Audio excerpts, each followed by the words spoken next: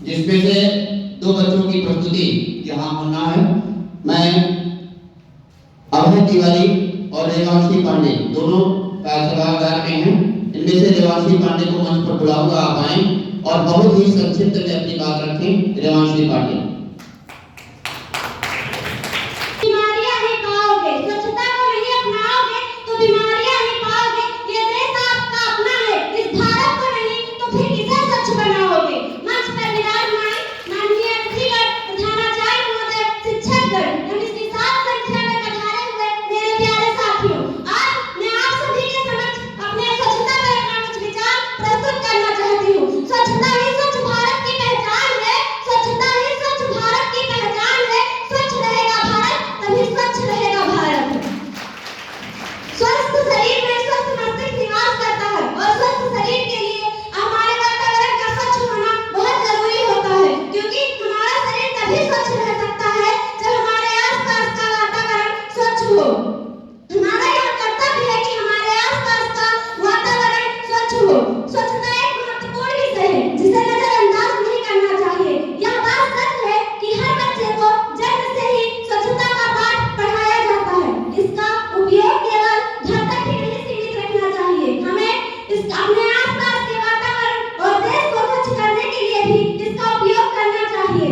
देश के प्रधानमंत्री माननीय श्री नरेंद्र मोदी जी ने इस विषय को ध्यान में रखते हुए 2 अक्टूबर 2014 को स्वच्छ भारत की अभियान की शुरुआत की थी, जिसका मुख्य उद्देश्य भारत को स्वच्छ बनाने का और भारत के नागरिकों को स्वस्थ बनाने का है। मैं कुछ चंद लाइनों के साथ अपनी वाणी को विराम देना चाहती हूँ कि हर घर हो साफ, हर गली हो प्यारी, ना हो गंदगी ना फैलेगी बीमारी। कचरे को सही जगह पर डालो, धरती माँ का कर्ज उतारो। हर कचरे को सही जगह पर डालो, धरती माँ का कर्ज उतारो। धन्यवाद।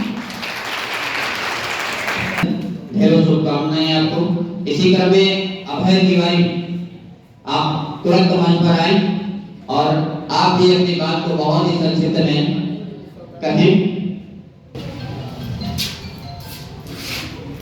यदि निकले कचरा उठाने तो मन में यह बड़ा संकल्प हो, और कचरा उठाने की शर्मिंदगी अपने देश में हमें क्यों हो, कि कचरा उठाने की शर्मिंदगी हमें अपने देश में क्यों हो। और जो निकला था नानी घर से वापस वही उमंग हो, कि जो निकला था नानी घर से वापस वही उमंग हो, और भारत को स्वच्छ बनाना है, यही सबके मन में हो, यही सबके मन में हो।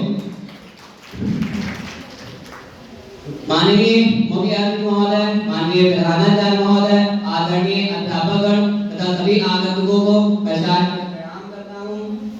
मेरा नाम अभय तिवारी है, मैं कक्षा 12 का छात्र हूँ। आज मैं आप सभी के समक्ष स्वच्छता अभियान के बारे में कुछ कहना चाहता हूँ। अब बात आती है कि ये जो गंदगी फैल रही, गंदगी है क्या? तो हम सभी के चारों तरफ देखेंगे, जैसे बहुत सी गंदगियां फैली हुई हैं, जैसे बिस्किट के रैपर्स पड़े हुए हैं, कागज पड़े हुए हैं, और बहुत कुछ ऐसी चीजें पड़ी हुई हैं जो बीमारियां उत्पन्न करती हैं। ये पर गंदगी पैदा कौन करता है? ये गंदगी कोई और नहीं, हम ही लोग पैदा करते हैं। जैसे हमने बिस्किट खाया, रैपर फेंक दिया, कुछ भी खाते हैं इधर उधर फेंक देते हैं, तो उससे गंदगी पैदा होती है। अब इस गंदगियों के नुकसान क्या है?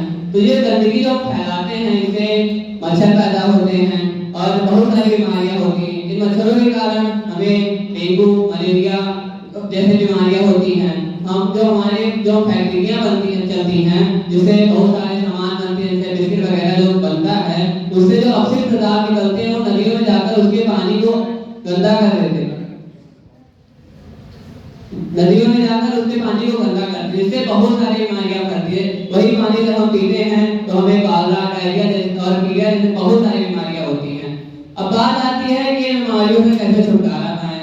तो हम सभी को जो कूड़ा निकले, गीला कूड़ा, तो गीले कूड़े को गीले वाली डस्टबिन में डालना चाहिए, सूखा कूड़ा है उसे सूखे डस्टबिन में डालना चाहिए। जैसे पपेट शो जो था उसमें कठपुतली का जो कार्यक्रम दिखाया गया था, इसके माध्यम से हम लोगों ने देखा कि उसमें बताया गया कि हम सभी को जो कूड़ा रहे एक बड़े से गड्ढे में गड्ढा खोदे और उसमें डाल देना चाहिए। तो हम लोगों को ऐसा ही करना चाहिए। जो हमारे सूखे कूड़े से कागज, पत्तियां और युग यही विज्ञान से विस्तार है, विज्ञान से ही हो रहा नारे का कल्याण है। इन पंक्तियों के साथ मैं आमंत्रित करता हूँ हम सभी की प्रेरणा पुंज डॉक्टर रेखा शर्मा जी को आप आएं और विस्तार से आज के इस कार्यक्रम के बारे में बताएं। क्लब के बारे में और ये जो जनपद में आपने अभियान की है जहाँ से शुरुआत की है उसके बारे में विस्तृत प्रकाश डालेंगे। बच्चों आधे घंटा कार्यक्रम है कुछ संबोधन हो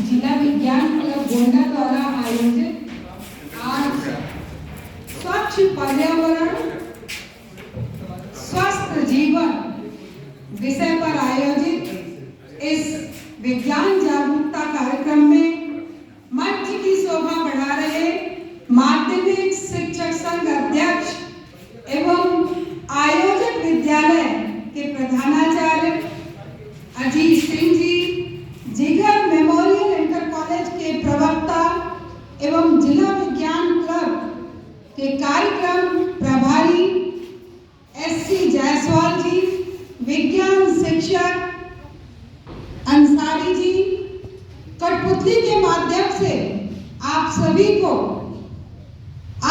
का मनोरंजन करते हुए पर्यावरण संरक्षण, कूड़ा प्रबंधन पर आपको एक मैसेज देने वाले मदन मोहन मालवीय जी, जिन्होंने इतनी अच्छी कठपुतली शो के माध्यम से आपको ज्ञान दिया, एक मैसेज दिया। आप आयुर्वेदिक मेडिकल कॉलेज लखनऊ से आए हैं, जहां आप टेक्निकल अधिकारी हैं, टेक्निकल अफसर हैं। देखिए मल्टी डायमेंशनल अगर हमारा टैलेंट है तो हम पल पल का सदुपयोग कितनी अच्छी तरह करते हैं। नगर पंचायत अध्यक्ष प्रतिनिधि श्री शैलेंद्र नाथ सिंह जी, सफल मंच संचालन कर रहे अशोक जी, राम सुपर शिक्षा निकेतन से आए छात्र छात्राएं और उनके शिक्षक गौतम जी, यहाँ उपस्थित जितने भी हमारे भारत के भविष्य के रूप में मेरे सामने बैठी हुई छात्राएं छात्र, जिन्हें आज मैं वैज्ञानिक के रूप में देख रही हूँ, क्योंकि ये विज्ञान का मंच है। तो एक विज्ञान शिक्षक और एक विज्ञान संचारक के रूप में मैं आप सभी से ये आग्रह करती हूँ, अगर भारत को विश्व गुरु बनाना है, अगर भारत को सबसे आगे और विकसित राष्ट्र की श्रेणी में खड़ा करना है, तो कब तक हम दूसरे की टेक्नोलॉजी मांगते रहेंगे। आज पूरे विश्व में वही देश बच्चों सबसे आगे है, जहां विज्ञान और टेक्नोलॉजी आगे है। हमको दूसरे की टेक्नोलॉजी नहीं चाहिए। अभी यहाँ उपस्थित मैं ये भी कहना चाहूंगी, छात्र छात्राओं के साथ जो शिक्षक गण बैठे हैं, पत्रकार बंधु बैठे हैं, इस मंच से सभी का हार्दिक अभिनंदन और स्वागत करते हुए ये कहना चाहूंगी बच्चों, देश आज द्रुत गति से आगे बढ़ रहा है, हर दिशा में प्रगति कर रहा है, किंतु अभी हमें बहुत चलना है। हमें दूसरे की टेक्नोलॉजी, जो मैं कह रही थी, उधार की टेक्नोलॉजी, खरीदी गई टेक्नोलॉजी हमें नहीं चाहिए। हम डेवलपिंग कंट्री के नागरिक नहीं, हम डेवलप्ड कंट्री के नागरिक बनना चाहते हैं और हम ये विश्वास करते हैं कि जब आप एक नागरिक के रूप में आ जाएंगे, एक जिम्मेदार नागरिक बन जाएंगे, निश्चित उस समय जैसा कि हमारे प्रधानमंत्री जी कहते हैं कि 2047 में जब भारतवर्ष अपना स्वतंत्रता का 100वां वर्षगांठ मना रहा होगा, तो भारत विकसित राष्ट्र की श्रेणी में खड़ा होगा। और यह सपना कौन पूरा करेगा? ये सब सपना हमारे सामने बैठी हुई युवा पीढ़ी पूरा करेगी और इसके लिए आपको साइंस एंड टेक्नोलॉजी के साथ आगे बढ़ना होगा। आपको प्योर साइंस में, चाहे वो फिजिक्स हो, चाहे केमिस्ट्री हो, चाहे मैथमेटिक्स हो, चाहे जियोग्राफी हो, चाहे ज्योग्राफी हो, चाहे जूलॉजी हो, चाहे बॉटनी हो, चाहे लाइफ साइंस हो, चाहे बायोकेमिस्ट्री हो, चाहे बायोटेक्नोलॉजी हो, इतने सारे विषय मैंने आपको बताए। किसी भी क्षेत्र में आप आगे बढ़िए और क्लाइमेक्स तक पहुंचिए ताकि आप नई नई टेक्नोलॉजी को जन्म दें और पूरा विश्व हमसे टेक्नोलॉजी मांगे। वो दिन भारत देखना चाहता है और इसे आपको पूरा करना है। आज एक संकल्प लेकर आप जाएंगे कि हम अपने माता पिता के लिए नहीं पढ़ रहे, हम अपने गुरुओं के लिए नहीं पढ़ रहे, हम पढ़ रहे हैं तो हम इस भारत की सेवा के लिए पढ़ रहे हैं कि भारत को विकसित राष्ट्र की श्रेणी में हम खड़ा करेंगे और हमारा हर प्रयास सकारात्मक होगा। हम सदैव जन कल्याण, मानवता के कल्याण के लिए ही अपने विज्ञान और प्रौद्योगिकी का उपयोग करेंगे। बच्चों, आज जैसा विषय है स्वच्छ पर्यावरण और स्वस्थ जीवन, इस विषय पर मैं जरूर कुछ आपको बताकर जाना चाहूंगी। स्वच्छ पर्यावरण, जो कुछ भी हमारे चारों ओर है, सब कुछ मिलके हमारा पर्यावरण बनता है। और यदि हमारा पर्यावरण स्वच्छ नहीं है, साफ नहीं है, तो निश्चित इसका डायरेक्ट और इनडायरेक्ट प्रभाव हमारे स्वास्थ्य पर पड़ता है। अभी दिन दूर नहीं है, इस धरती पर जब नेचर ने, प्रकृति ने बहुत सारे जीव जंतु, पेड़ पौधे, अचल सचल जो कुछ भी बनाया इस धरती पर, तो उसमें सबसे जो अनूठी अनुपम रचना थी प्रकृति की, वो मानव की। असीमित ब्रेन दिया, बुद्धि दी। इस बुद्धि के सहारे हम चंद्रमा तक पहुंचने में सफल हो गए, हम पृथ्वी की गहराई नापने में सफल हो गए, हम पूरे ब्रह्मांड में कहां क्या हो रहा है इसे पहले ही जान लेते हैं। कितना असीमित दिमाग ऊपर वाले ने, ईश्वर ने, अल्लाह, ईश्वर, गॉड या विज्ञान की भाषा में मैं कहूंगी नेचर ने हमको क्या नहीं दिया। लेकिन इसी मानव ने प्रकृति का जितना दोहन किया, जितना अत्याचार इस पर्यावरण के साथ किया, शायद किसी भी जीवधारी ने नहीं किया है। कोविड-19, ये प्रकृति कहती है कि मेरे लिए हर एक प्राणी इक्वल समानता के साथ महत्व रखता। एक छोटा सा मच्छर इस प्रकृति में जितना महत्व रखता है, उतना ही महत्व प्रकृति की दृष्टि में हमारा भी है। किंतु हम मानव ने क्या समझ लिया? हम मानव ने समझ लिया अहम ब्रह्मास्मि, मैं ही ब्रह्म हूँ और ये पूरी कायनात, ये पूरी दुनिया सिर्फ हमारे लिए बनाई गई है। यहीं पर गलती हो गई हमसे और हम दोहन करना शुरू कर दिए। अंधाधुंध पेड़ पौधे काटे जाते हैं, ट्रैफिक के माध्यम से न जाने कितनी विषैली गैसों को हम फैक्ट्रीज के माध्यम से हम प्रकृति में भेज देते हैं। हर व्यक्ति के जैसे सहने की जो क्षमता होती है, ऐसे ही पृथ्वी की भी सहने की एक क्षमता है। आज वो क्षमता हमारी कुछ गलतियों के कारण जो हम विकास के नाम पर करते चले गए, आज क्षमता क्लाइमेक्स पे पहुंच गई है। एक स्प्रिंग को अगर हम बहुत दबाएंगे तो दबती जाएगी, किंतु एक ऐसी स्थिति आएगी अगर जरा सी हमसे भूल हुई तो स्प्रिंग छटक के हमें चोट भी पहुंचा सकती है। ठीक वही स्थिति आज विश्व की हो रही है, यही स्थिति आज इस प्लेनेट की, इस धरती की हो रही है। आज सुनामी लहर, रीटा लहर, न जाने कितनी त्रासदी, जिसे हम नेचुरल कैलामिटी कहते हैं, केदारनाथ त्रासदी और अभी अभी कुछ ही साल पहले हमने दंश झेला है कोविड-19 का। इस मानव ने पूरी प्रकृति को अपने कब्जे में करने को जो सपना देखा था उसे चकनाचूर कर दिया प्रकृति ने और कहा हर घर में ताले लटकेंगे, हर मनुष्य अपने घर में होगा, मानव अपने घर में होगा और सारे पेड़ पौधे जीव जंतु जानवर पक्षी जितने भी प्रकार के जीवधारी सब बाहर प्रसन्न थे। कहा तो जाता है और टीवी के माध्यम से हमने आपने देखा है सहारनपुर से हिमालय दिखाई देने लगा था और आज हमने क्या कर दिया है, आज दिल्ली में जीना मुश्किल है।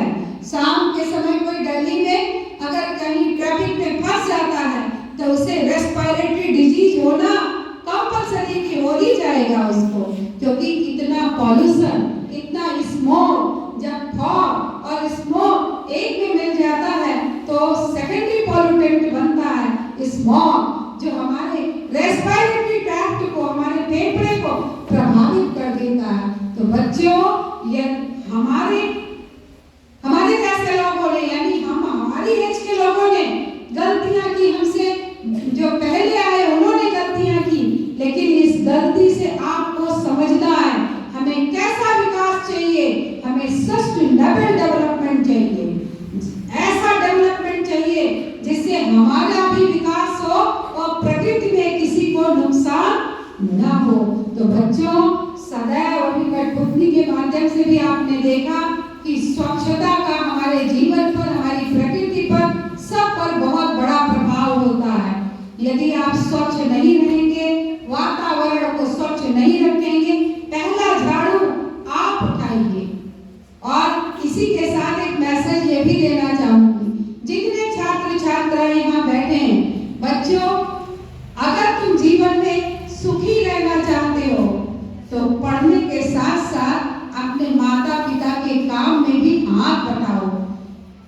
आप स्कूल में पढ़ने वाले हो गए तो कभी ये मत सोचो कि हम अपनी माँ का किसी भी काम में हम हाथ नहीं बटाएंगे। आप झाड़ू उठाइए, माँ से कहिए आप बैठिए, देखिए हम भी आपके साथ काम करते हैं। और दूसरा, हर माँ के लिए एक बात कहना चाहूंगी और आपके माध्यम से माताओं तक पहुंचाना चाहूंगी। बच्चों, 85% लेडीज भारत की मरती हैं केवल पेट की बीमारी से, केवल गैस्ट्रिक, एसिडिटी, अल्सर और कैंसर से। पहले एसिडिटी होती है, फिर गैस्ट्रिक होता है, फिर उसका अगला चरण अल्सर होता है and finally that will converted into cancer. तो 85% भारत की आबादी जो महिलाओं की है वो पेट की बीमारी से मरती है और उसका मूल कारण क्या है? उनकी उपेक्षा। हर घर में जो बहू होती है, जो माँ होती है, वो सबसे बाद में खाना खाती है, सबसे पहले उठती है और सबके लिए काम करती है। बच्चों को स्कूल भेजती है, अपने घर के जो नौजवान हैं उनको खेत खलिहान नौकरी पर भेजती है, वृद्ध जो लोग हैं उनको खाना देती है और लास्ट में जो बचा रहता है 11 साढ़े 11 तक फिर सबके कपड़े धुलकर फिर वो जाती है, पूजा करती है और तब ग्रहण करती है और उसके पहले शायद 2-3 बार जरूर चाय भी पी लेती है। तो ऐसी स्थिति में चाय कभी भी, बच्चों, स्वस्थ जीवन की बात है इसलिए कहना चाहूंगी, मना कीजिए सभी से कि सुबह चाय पीना बंद करें। जो चाय है ये बेवरेजेस में आता है। बेवरेजेस 2 प्रकार के होते हैं, एक एल्कोहलिक होता है और एक नॉन एल्कोहलिक होता है। एल्कोहलिक बेवरेजेस हम शराब को कहते हैं, वह भी हमें नुकसान पहुंचाता है। और नॉन एल्कोहलिक बेवरेजेस में चाय आती है और कॉफी आता है। जानते हो बच्चों, ये यूरोपियन कंट्री से चाय और कॉफी हमारे बीच आज हमारे जीवन में इतना तगड़ा पैठ बना ली है कि शहरों में तो कम चाय पीते होंगे, गांव में तो पूरे बड़े बड़े गिलास में पीते हैं। कहीं तो बुजुर्ग लोग लुटिया पूरी भर के रख लेते हैं और पूरा ये स्वास्थ्य के लिए बहुत नुकसानदायक है। चाय अंग्रेज कब पीते थे? चाय बिवरेजेस है ना, नशा देने वाली चीज है। तो चाय क्या करती है? ब्रेन स्टिमुलेटर है। आप अगर पढ़ रहे हो, बहुत थक गए हो, कोर्स पूरा नहीं है और पढ़ना है, या हम कोई होमवर्क कर रहे हैं, किसी भी एज में ऑफिस का काम कर रहे हैं, हम थक गए हैं और ज्यादा काम करना चाहते हैं, तो हमें कॉफी पीना चाहिए, चाय पीना चाहिए। लेकिन यदि हम नहीं थके हैं, रात भर सोए हैं और ब्रेन हमारा फ्रेश हो चुका है और चाय और कॉफी ब्रेन स्टिमुलेटर है, तो हमारा ब्रेन तो बहुत अच्छा काम कर रहा था, हमने क्या किया? चाय पी के उसको और स्टिमुलेट कर दिया और एसिडिटी की बीमारी को अपने शरीर में बुला लिया। तो प्लीज बच्चों, कतई ये मत कीजिएगा। जब आप बड़े होंगे, बड़ी क्लासेस में जाएंगे तो आप पढ़ेंगे। कॉफी का आविष्कार भी ऐसा ही हुआ था। एक भेड़ चालक था जो जंगल में गया और भेड़ चरा रहा था। भेड़ ने खा लिया कॉफी का पत्ता और सारी भेड़, जितने भी कॉफी के पौधे लगे थे, सभी पत्ते उन्होंने खा लिया। और जब उनको उनके बाड़े में सुलाया गया शाम को कि ये रेस्ट करेंगे, तो रात भर सभी कूद रहे थे, कोई नहीं सोया, सब कूद रहे थे। फिर डॉक्टर के पास ले जाया गया भेड़ को कि इनको हो क्या गया, ये सोते नहीं है, ये उछल रहे हैं। तब रिसर्च हुआ कि इन्होंने खाया क्या था। तब रिसर्च हुआ कि इस पत्ते में कौन से एल्कलॉइड है, किसके कारण ऐसा इनकी एक्टिविटी में चेंज आया, और तभी से कॉफी और दूसरी मैंने चाय का बेवरेजेस के रूप में हम उपयोग करते हैं। तो बच्चों, ये काम कभी मत किया कीजिए। चाय सवेरे आपको नहीं पीना है, संकल्प लेंगे ना? हाँ, क्योंकि आज जिला विज्ञान क्लब आपसे चाह रहा है, आप स्वस्थ होगे तो भारत स्वस्थ होगा। अभी हमारी एक बच्ची बहुत अच्छा मन की वीणा से गुंजित स्वागत गीत गा रही थी। मैं उस बच्ची को देख रही थी। माँ सरस्वती का उसके ऊपर आशीर्वाद है, बहुत अच्छी राग में वो गा रही थी। लेकिन मैं एक विज्ञान शिक्षक होने के नाते बहुत माइन्यूटली उसे ऑब्जर्व कर रही थी। बच्ची गा रही थी और धीरे धीरे वो थक रही थी। मैं उससे बहुत बड़ी हूँ, लेकिन देखिए अभी तक मेरी आवाज में आपको लहर नहीं लगा होगा, यानी मैं अंदर से उतनी वीक नहीं हूँ जितनी वो बच्ची वीक है। यानी स्वस्थ शरीर उसका नहीं है। बेटा तो निश्चित जाके डॉक्टर को दिखाओ। मुझे लगता है कि निश्चित हीमोग्लोबिन की तुम्हारी बॉडी में कमी। देखिए, मैंने आज सुबह कहा था कि विज्ञान के महत्व और विज्ञान के हिसाब से हमको कैसे चलना है। मैंने कहा था, नहीं कहा था? उस हिसाब से मुख्य से बोली कि नहीं बोली? अगर अच्छा लगा तो ताली बजा कर दो।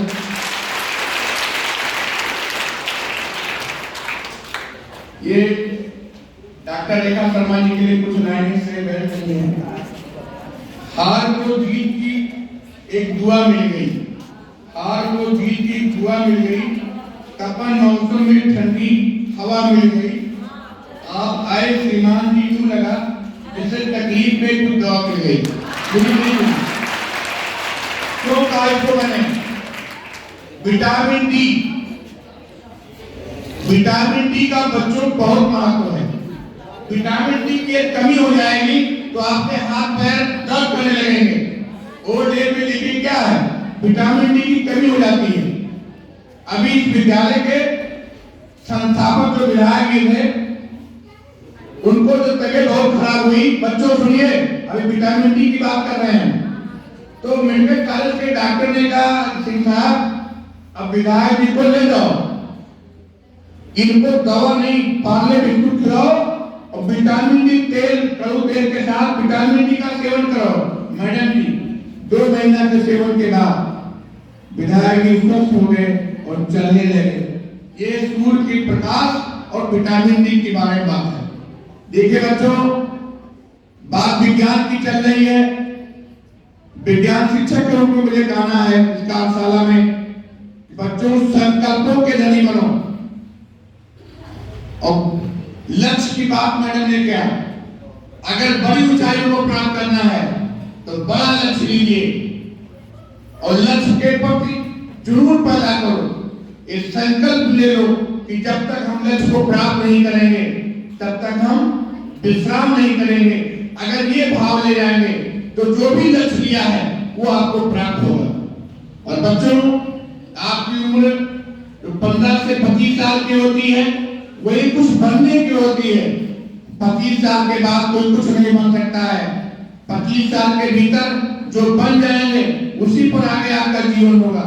इसलिए मेरा आपसे कहना है कि 8 साल मौका आपके पास है।